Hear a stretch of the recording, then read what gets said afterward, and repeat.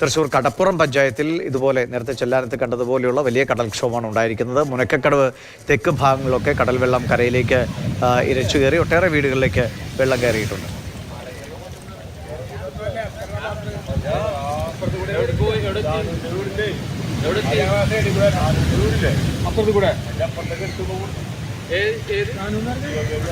MS Lishoy വിവരങ്ങൾ നൽകും. ലിഷോയ്, ഈ പ്രദേശത്തൊക്കെ ഇങ്ങനെ വെള്ളം കയറുന്നത് ഈ കാലവർഷത്തെ ഒരു പതിവാണോ?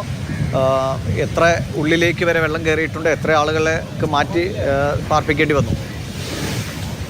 അതായത് ചാവക്കാട് കടപ്പുറം പഞ്ചായത്തിൽ പലയിടങ്ങളിലും നേരത്തെ തന്നെ കടൽക്ഷോഭവും അതുപോലെ തന്നെ കാലവർഷക്കെടുതിയും എല്ലാം തന്നെ ഉണ്ടാകുമ്പോൾ കടൽ ഇരച്ചു കയറാറുണ്ട്. പക്ഷേ ആ ഭാഗങ്ങളിൽ ശാശ്വതമായൊരു പരിഹാരം ഇതുവരേക്കും വർഷങ്ങളായിട്ട് ഉണ്ടായിട്ടില്ല എന്നുള്ളതാണ്.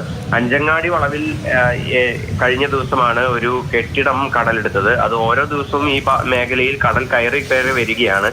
അത് കുറച്ച് വർഷങ്ങൾക്ക് മുൻപ് ഒരു 2-3 വർഷങ്ങൾക്ക് മുൻപ് ഉണ്ടായിരുന്നതിനേക്കാൾ കടൽ വളരെയധികം കരയിലേക്ക് കയറിയതാണ് ഏറ്റവും അധികം പ്രശ്നങ്ങൾ ഉണ്ടാക്കിയിരിക്കുന്നത്. കടപ്പുറം മുനക്കക്കടവ് തെക്ക് ഭാഗങ്ങളിൽ വെള്ളം കയറിയിട്ടുണ്ട്. നിരവധി വീടുകളിലാണ് വെള്ളം കയറിയത്. അതായത് ഏകദേശം 15ഓളം വീടുകളിൽ വെള്ളം കയറിയിട്ടുണ്ട്.